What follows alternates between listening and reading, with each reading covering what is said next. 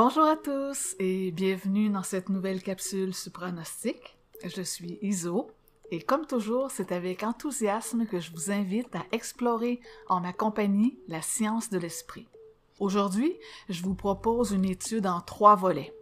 Nous allons examiner ensemble des concepts supraconscients, répondre aux questions de Marius et terminer par une révision gnostique autour de Zoé, la fille de Léon Sophia. Ces ajustements vous permettront de sortir des sentiers battus de la matrice archontique pour découvrir de nouveaux horizons systémiques. Prêt à élever votre conscience et à déverrouiller les mystères de multiples réalités? Installez-vous confortablement et commençons cette exploration vibratoire. Mais tout d'abord, bonjour Marius. Bonjour Iso. Ça va bien? Ça va très bien, merci. C'est toujours un plaisir pour moi de voir quelles seront tes questions. Oui. Mais tout d'abord, nous allons commencer par une petite partie supra où nous allons parler de les niveaux de simulation de cette matrice. Est-ce que ça te parle? Oui. Super. Nous avons souvent à comparer l'entrappement de ce monde mortifère à une projection forcée dans une sorte de fiction où l'individu est pris dans des paramètres programmés qui rappellent de façon assez juste un jeu vidéo. Avant d'atteindre l'état d'hypersanité, l'individu est énergétiquement positionné sur un niveau dans ce grand jeu archontique. Il y a 3 niveaux principaux dans cette simulation. Au premier niveau, vous incarnez un personnage matriciel. Vous êtes monsieur ou madame un tel et vous jouez un rôle qui se situe dans le carcan de la personnalité. Les individus de ce premier niveau n'ont pas conscience d'être manipulés et astralement contrôlés. Ils croient dur comme fer à l'illusion dans laquelle ils sont immergés. Ils passent leur existence à se débattre dans des scénarios fabriqués et sont malheureusement les cobayes expérimentales de la simulation. Leur implication et résistance génèrent de l'émotion et ce fluide est récolté par les concepteurs de ce plan. Au deuxième niveau, vous devenez le joueur. Il y a donc un déplacement de la conscience et vous n'êtes plus la personnalité, mais la personne qui tient la manette du jeu. Vous êtes à même de sortir du personnage ou avatar planétaire et avez la connaissance des patterns, des schémas et des règles du jeu. Et aussi des déclencheurs qui vous permettent de vous déplacer sur la map ou carte graphique de façon quantique. Vous n'êtes plus un fragment mémoriel pris dans une boîte ou dans le cube du jeu, mais l'observateur qui regarde l'écran de jeu et jouer au meilleur de vos capacités. Le niveau 3 est celui d'être le programmeur. Cela signifie que vous êtes conscient d'être à la fois le personnage, le joueur, et vous vous placez au-dessus de ces états. Vous passez ainsi de créature à créateur. Vous devenez à même de créer vos propres tableaux, niveaux, réglages, et ainsi diriger le jeu à un niveau personnel et quantique. C'est une position vibratoire où vous êtes le décideur, le directeur, et par conséquent, vous êtes à même de développer de nouvelles avenues non prévues par le système de base. En résumé, le niveau 1 correspond au registre mental, le niveau 2 au registre surmental et le niveau 3 au registre supramental. Le niveau 1 est l'ignorance, le niveau 2 la connaissance et le niveau 3 le savoir. Quand on change d'état ou de statut dans le jeu matriciel, est-ce qu'il y a un changement corporel sur l'avatar d'une conscience au niveau 3? Oui, même au niveau 2, Marius, il s'opère un début de transmutation. La chimie du corps se modifie, la composition sanguine se transforme, l'ADN se réorganise et les hémisphères du cerveau se syntonisent. Ça veut dire quoi, se syntonise? Ça veut dire que quand il y a un contact télépathique avec le plan mental, il se passe quelque chose d'intéressant dans le cerveau. Les 2 hémisphères cérébraux, généralement impliqués dans des fonctions différentes, l'un plus logique et l'autre analytique, un plus créatif, l'autre plus sensitif, commencent à se syntoniser. Ce processus est possible par de petites impulsions électriques qui amalgament et relient les deux hémisphères. Cette syntonisation est cruciale si on veut entrer dans un état de conscience modifié. Au début, ceci permet au cerveau de fonctionner en ondes alpha, θ ou même delta, des fréquences souvent associées à la relaxation profonde et à la première attention.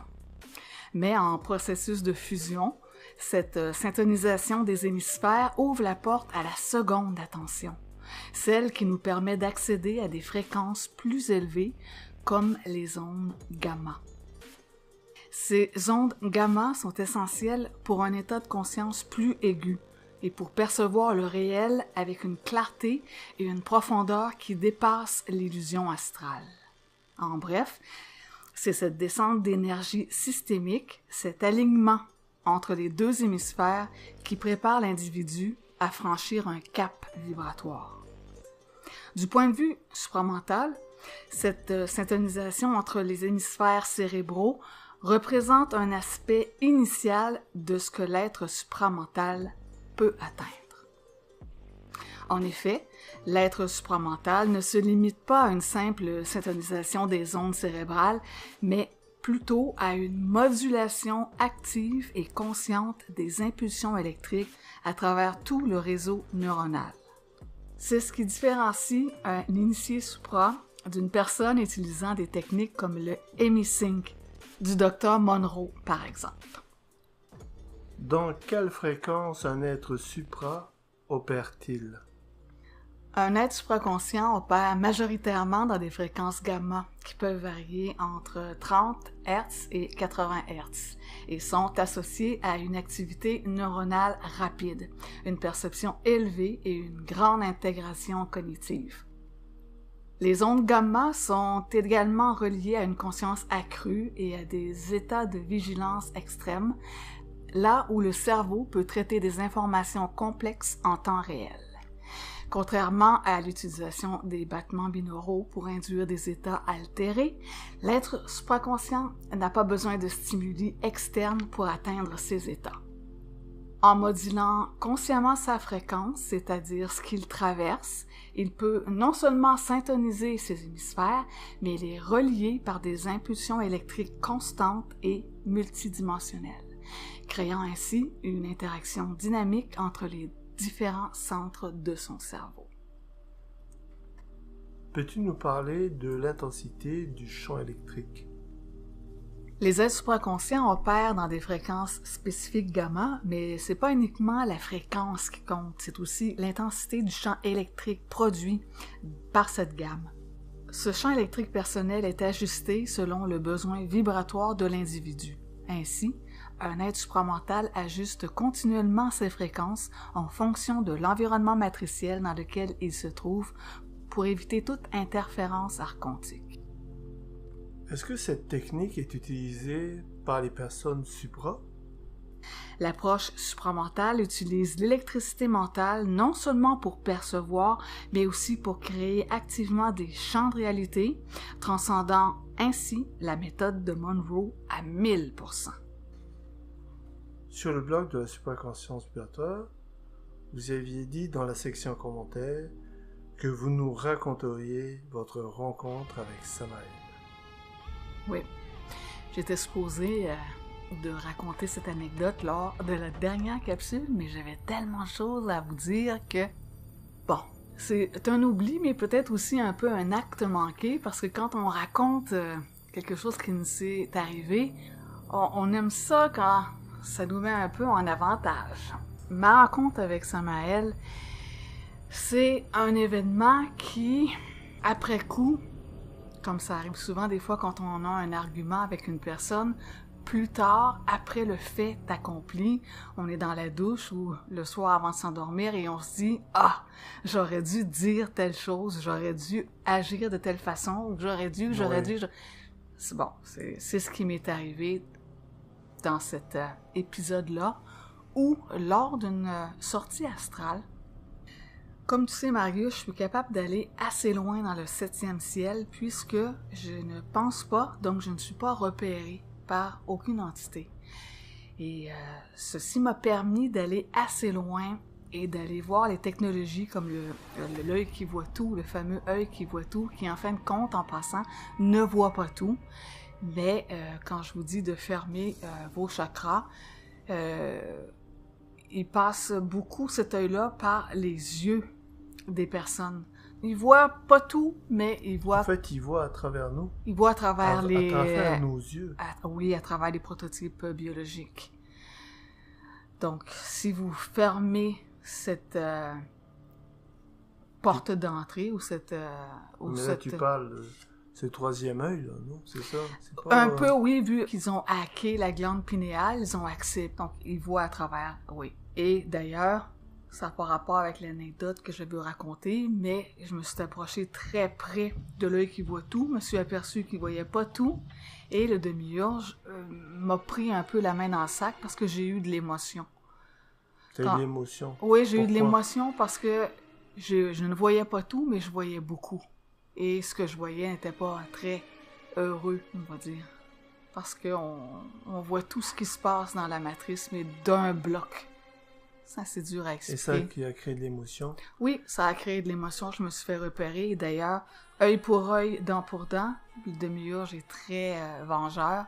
Et j'ai perdu un œil peu longtemps. Ouais. J'ai perdu un œil. On n'a pas parlé jusqu'à maintenant. Non, je n'ai pas parlé parce que ça fait des années. Et j'étais très supramentale et avec aucune pensée. Donc, ça me générait pas d'émotion. Et l'ajusteur de pensée me disait, oui, mais est-ce que tu vois de l'autre œil? Bon, mais tant que tu vois de l'autre œil, il n'y a pas de problème. C'est comme ça que je passais au travers. Et mon conjoint de l'époque, je m'en souviens. Il pleurait de ma condition, alors que moi, je lui disais, qu'est-ce que t'as? Pourquoi tu pleures? Arrête ça. Et bon, aujourd'hui, je vais rassurer les abonnés, mon œil non seulement est rétabli, mais voit encore mieux qu'avant. Et une anecdote, c'est que pendant que j'avais cet œil-là qui était à 100% aveugle, hein, c'est un décollement de la rétine qui s'est fait à 100%. Donc, c'était noir de chez noir. Et quand je regardais par mon œil aveugle, je voyais les autres dimensions. Oh! Ouais. Donc, tu vois, ils n'ont pas été gagnants. Dans le sens que, même sans la vue dans le 3D, j'arrivais à voir quand même. Donc aujourd'hui, c'est totalement rétabli et je me souviens qu'en revenant de l'hôpital, j'avais eu un petit moment de découragement parce que j'ai eu plusieurs opérations pour recoller cette rétine-là, qui aujourd'hui, en passant, est à 100% fonctionnelle. Et j'avais un moment de découragement et l'ajusteur m'a dit « Pourquoi tu es découragé? Tu passes si peu de temps ici. » Et ça m'avait ébranlé un peu parce que nous, on a l'impression qu'on est toujours ici, dans la 3D, dans le rêve diurne. Mais les gens sont multidimensionnels et quand on commence à avoir une expansion de conscience, on peut être sur différents plans, quantiquement sur différentes lignes de temps. Et c'est là que j'ai commencé à m'apercevoir que je pouvais faire le saut quantique et qu'effectivement, dans cette ligne de temps où j'avais perdu un œil, je passais très peu de temps. Fascinant, hein? Ouais. Donc, pour en revenir à l'anecdote de Samaël, j'étais au 7e ciel, en astral, et il y avait comme un corridor, et au bout du corridor est sortie cette entité-là, mais vraiment avec une démarche décidée, ça venait vers moi comme un taureau qui fonçait, là, un peu plus, puis il y avait la fumée qui sortait de ses narines. J'ai été surprise, donc un peu paralysée au début. Je dis, c'est quoi cette entité-là? Une énergie... Colère? Oui, ouais, une énergie de colère qu'aujourd'hui je peux reconnaître, là, cette signature-là, je peux la reconnaître aisément. Et il s'en venait vers moi avec une voix... Tu es tout seul! Est-ce que c'est clair, mortel? Tonitruante, et il me citait des versets bibliques. Pourquoi? C'était comme une folie, on dirait qu'il s'en venait vers moi puis il voulait comme m'intimider et m'impressionner avec des versets bibliques. Les versets bibliques sont un peu comme des mantras. Ah! Donc okay. lui, c'était un peu comme une formule magique qu'il me disait. Okay. Et il disait... Il n'y a personne qui peut voir Dieu sans mourir. Et c'est là que j'aurais dû répondre que je suis déjà morte. Donc, il peut rien m'arriver. Tu vois, c'est ça, là, après coup, j'aurais dû lui répondre ça, mais j'ai été bouche bée. Alors pourquoi j'aurais dû lui dire « mais je suis déjà morte », parce que tous les entrapés, tous ceux qui sont dans la matrice sont comme des morts vivants. Ils sont coupés de l'esprit. L'esprit est la vie. Donc tant qu'on est captif du monde de la mort, nous sommes morts dans le sens que on fonctionne qu'avec de la mémoire. Donc c'est un petit complément d'information.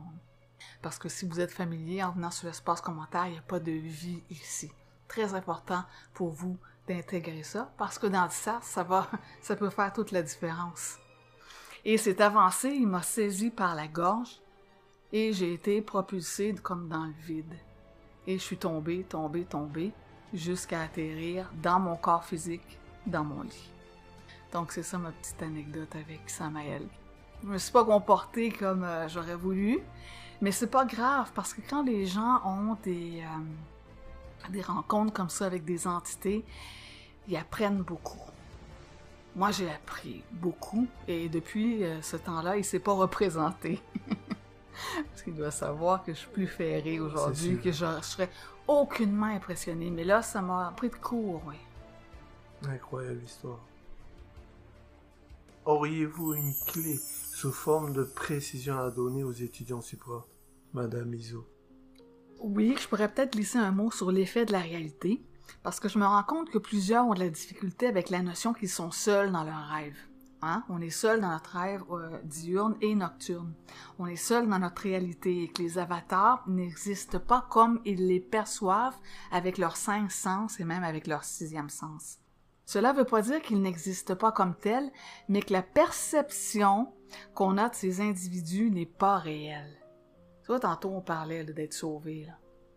Ça serait peut-être... on sauve quoi, là? On sauve quelque chose de fictif? Un hologramme? Exact. Donc, l'erreur que nous faisons tous avant d'être supramental, c'est de voir les hologrammes, les avatars, l'entourage, comme la famille, les amis, les conjoints, les collègues, les voisins, etc. On les voit comme des personnes alors qu'il faudrait les voir comme des fréquences. Si vous êtes capable de développer cela, vous ne direz plus jamais pourquoi un tel a dit ça, ou pourquoi un tel a agi comme ça, ou pourquoi un tel est comme... Non, mais où se situe cette personne dans l'échelle des fréquences et à quel point cette fréquence est éloignée de la mienne. Et là, on parle de sympathie vibratoire. De correspondance? Oui, de correspondance. Dans une ancienne capsule, j'avais dit qu'une personne qui était mentale dans l'amour, principe de l'amour, quand c'est fini avec un conjoint, ensuite de ça, quand on a monté de palier, qu'on a pris conscience, on peut manifester d'autres hologrammes qui sont plus en sympathie vibratoire avec nous. Donc, la fréquence va s'ajuster, tu comprends? On en revient encore à tout se passe dans la tête. Exact. C'est le cerveau qui manifeste. Tout à fait. Donc, la fréquence égale un temps. Dans un autre temps, dans sa réalité maîtresse, cette personne n'est pas comme ça. C'est pas un idiot. Ça, il faut avoir la conscience pour le faire. Et on reste calme en toutes circonstances après ça parce qu'on se dit « Ah, ok ». Parce que une personne qui a un niveau de conscience supérieur est capable de regarder la personne et voir son temps, voir son niveau dans l'échelle de la fréquence, mais pas la personne qui est dans un état plutôt ordinaire. Et c'est pour ça aussi que les entités fonctionnent de la même façon. Quand vous allez en astral, vous allez passer inaperçu pour toutes les entités qui sont à une fréquence plus basse que la vôtre. Ouais. Donc, je sais pas si c'est intéressant, mais je trouve que c'est important à apporter.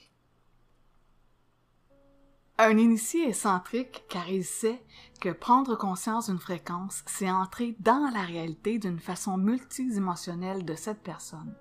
Et il préfère plutôt observer en silence et modeler sa propre réalité. Donc ça, c'est intéressant ce que je viens de dire, Marius, parce que quand on est centrique, on est focusé sur nous-mêmes. Et quand on prend conscience d'une personne, il faut faire attention parce qu'on rentre dans sa réalité. Dans son jeu, ouais. Et d'ailleurs, mon prédécesseur, dans le cadre d'une conférence où il avait besoin de toute sa concentration, il avait dit à une personne qui lui disait bonjour, il avait dit « Arrêtez de me dire bonjour ». Bon, lui, il était un petit peu plus direct comme moi, hein? Il était christique. Moi, je suis sophianique.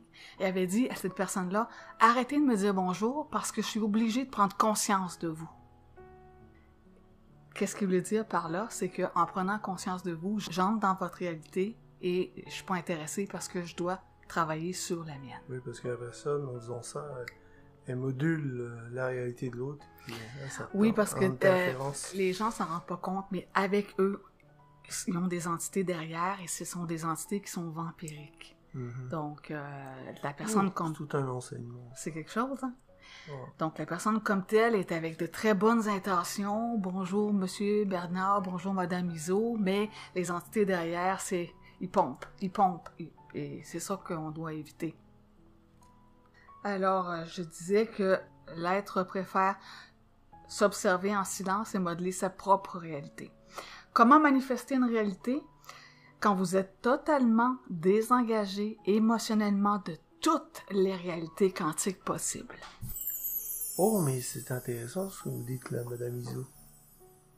Oui, tout à l'heure, tu voulais des clés. C'en est une majeure. Là. C'est-à-dire que quand tu veux faire un saut quantique, si tu es dans ta réalité présente et que tu as une émotion, que tu as un mal-être, ou tu vas rester cristallisé dans cette réalité-là. Pour pouvoir faire le saut quantique, il faut que tu puisses regarder froidement cette réalité-là, n'avoir aucun engagement émotionnel, et là, tu peux aller vraiment sur toutes les lignes de temps possibles et impossibles. Que ce soit une émotion positive ou négative. Oui. Que ce soit une émotion négative, ou il n'y a pas de négatif ni de positif. Ouais.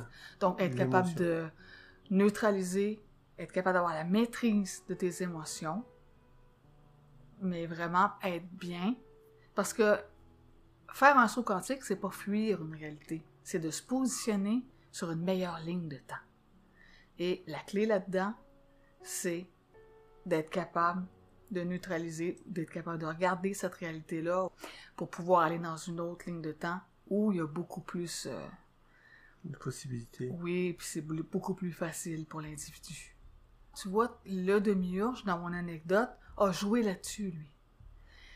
Il a voulu, avec son théâtre, parce que c'était une mise en scène, là, c'est un gros théâtre, là, il a voulu créer de l'impression et générer un petit peu, même si c'est un petit peu d'émotion, ça a réussi à me paralyser sur place. Ouais, te fixer sur place. Ça m'a fixé sur place et moi, j'étais comme affaiblie, tandis que lui était nourri de ça. Oui, parce que dans cette position, tu étais en position de faiblesse. Tu étais sous son emprise énergétique. J'étais sous son emprise, oui. Alors que si tu n'avais eu aucune émotion, tu aurais passé à un autre niveau et lui, il aurait subi. C'est lui qui aurait été sous mon emprise. C'est ça. Ouais. Ça, c'est incroyable quand même. Oui, et les gardiens du seuil ont la même technique. La même chose. La même technique. Donc, vous pouvez être surpris. Ça, il n'y a pas de problème. Vous pouvez être surpris, mais ramenez-vous le plus vite possible. Ramenez-vous le plus vite possible. C'est pas grave d'avoir de l'émotion, c'est grave de rester sur cette émotion-là. Qu'elle vous traverse. Une émotion doit vous traverser. Elle ne doit pas s'accrocher à vous. Parce que en restant accroché à vous, vous restez accroché dans le scénario, la réalité ou l'événementiel. Et vous ne pouvez pas changer de temps. Non. Vous allez être fixé. Ça, c'est fantastique. Oui, c'est vraiment... Il faut vraiment l'intégrer.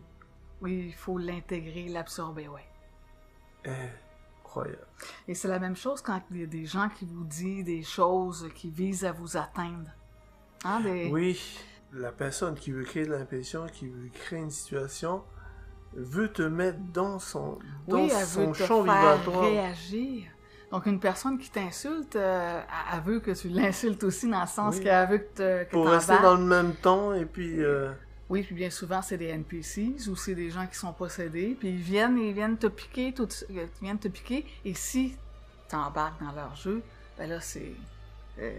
non seulement vous allez perdre votre énergie, l'initié est au courant qu'il doit garder le silence, et comme dans la formule « savoir, pouvoir, oser se taire », il ne répond pas à ça. C'est quelque chose d'autre qui va répondre pour lui. Et c'est là que c'est occulte. Et c'est là que vous pouvez frapper fort. Mais comment? C'est quelque chose d'autre qui va Oui, répondre? c'est une force qui va prendre Oui, le parce que dessus. c'est une loi. Donc, vous dites rien, et la force va s'occuper du bonhomme ou de la bonne femme qui vous ont manqué de respect. C'est une loi occulte. Je vais en profiter pour ouvrir une petite parenthèse ici pour faire la distinction entre parler à une entité et se taire face à un hologramme.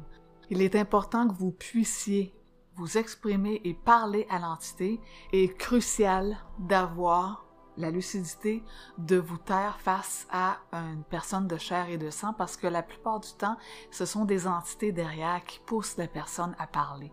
Donc, je voulais vraiment vous faire ce petit rappel-là pour pas qu'il y ait de confusion. Comme dans mon anecdote avec le demi-urge, j'aurais dû lui dire, mais si c'est quelqu'un, un hologramme, un parent, un conjoint qui parle, là, je dois me taire et m'adresser à l'entité derrière. J'espère que c'est clair. Donc, l'initié sourit toujours dans les attaques et se tait pour laisser la voie libre à une autre force pour prendre le dessus. Et ces personnes qui parlent contre vous seront touchées par cette force et vont apprendre à la dure, malheureusement. Dès que vous parlez, la force ne peut pas intervenir, car vous êtes déjà intervenu. Donc voilà un secret connu des hautes loges et que je vous divulgue aujourd'hui, et qui se retrouve aussi de façon imagée dans Luc, verset 29, qui dit « Si quelqu'un te frappe sur la joue, présente-lui aussi l'autre. » L'autre quoi? L'autre joue? Non, ça serait ridicule. La bonne traduction de ce verset-là, c'est l'autre côté, l'autre angle ou l'autre facette de vous-même. Et c'est ce que je viens de vous enseigner là. Donc, cette force-là, c'est une force énergétique. C'est votre rayon, c'est votre essence.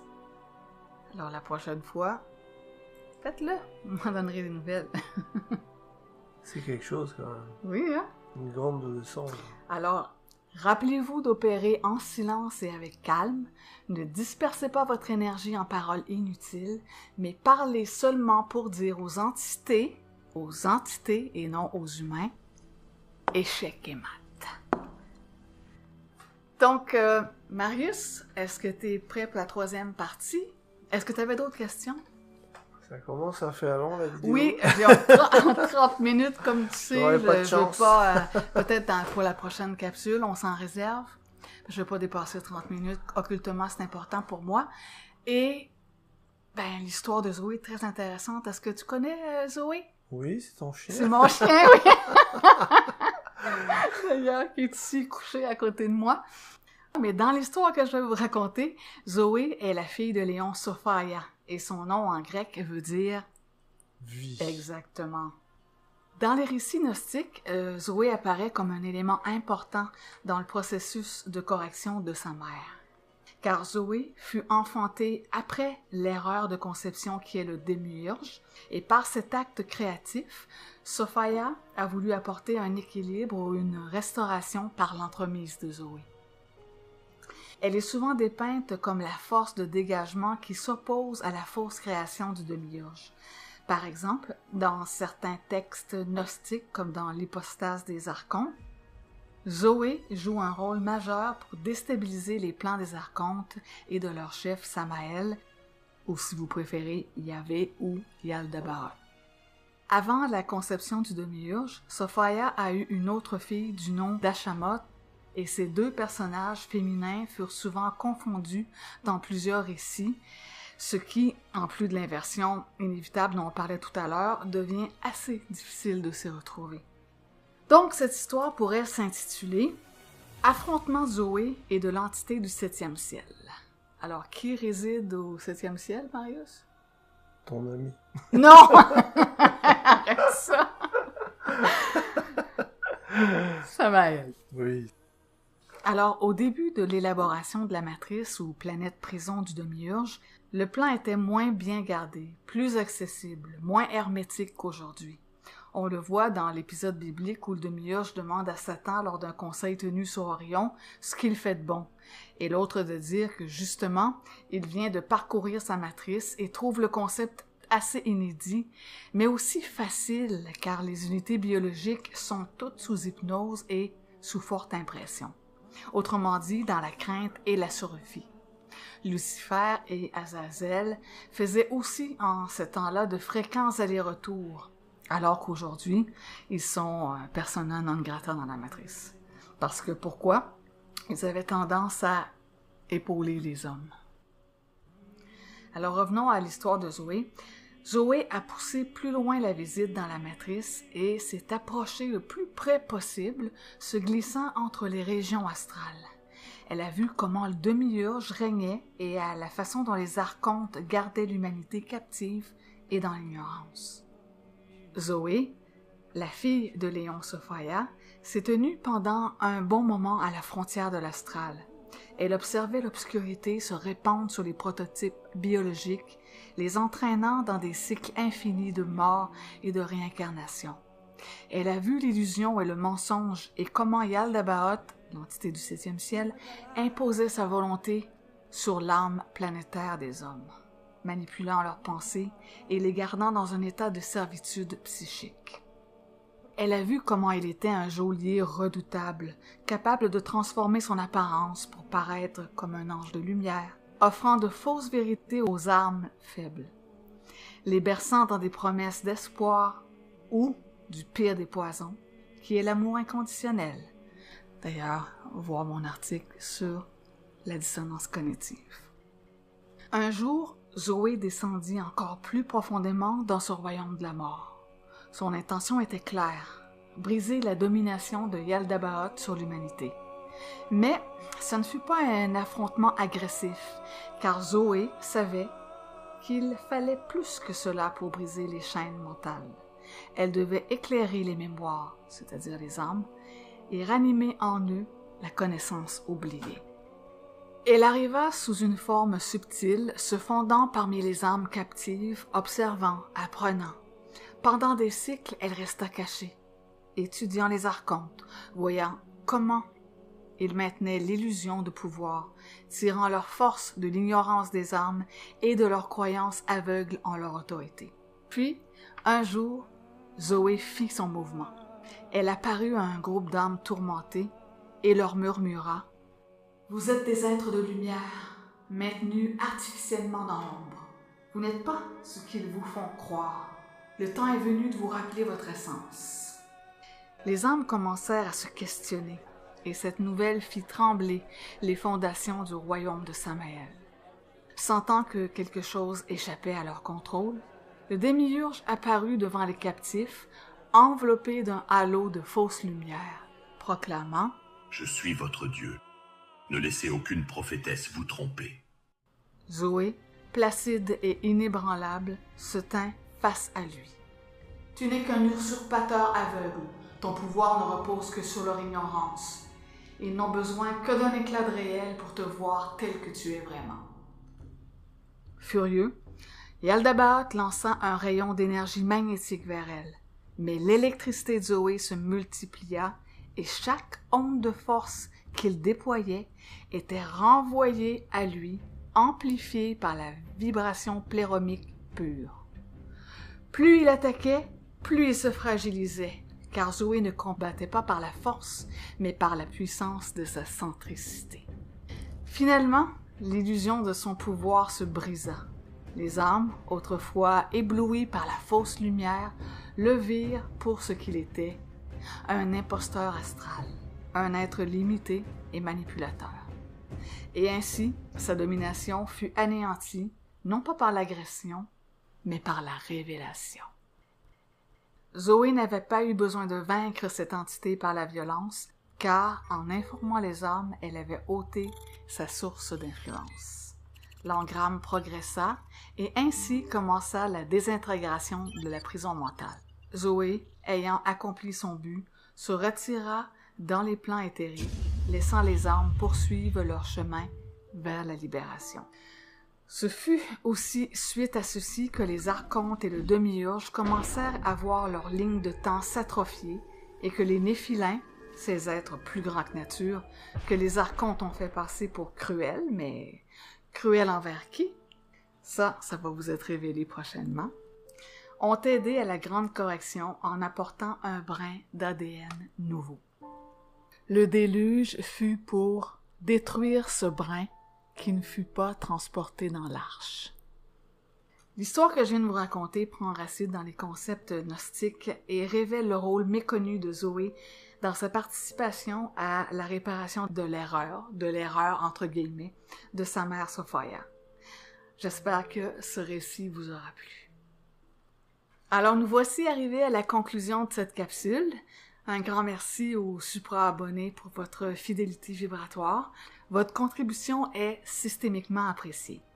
Aujourd'hui, je vous offre en bonus un PDF exclusif rédigé par MJ. Ce sont les tomes 2 et 3 des Éclairs Morontiels.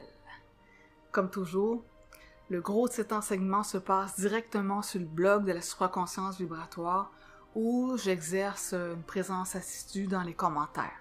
D'ailleurs, petit rappel, je réponds aux commentaires seulement sur le dernier article. Vous connaissez la marche à suivre. Vous venez et vous me dites par message PayPal quel PDF vous intéresse. Alors, Marius, est-ce que tu as d'autres questions avant qu'on termine cette capsule? Non, ça va. J'en ai d'autres, mais ça pour la prochaine fois. C'était assez long. Mais c'est vraiment apprécié. J'ai beaucoup appris encore une fois. Parfait. Le but a été atteint.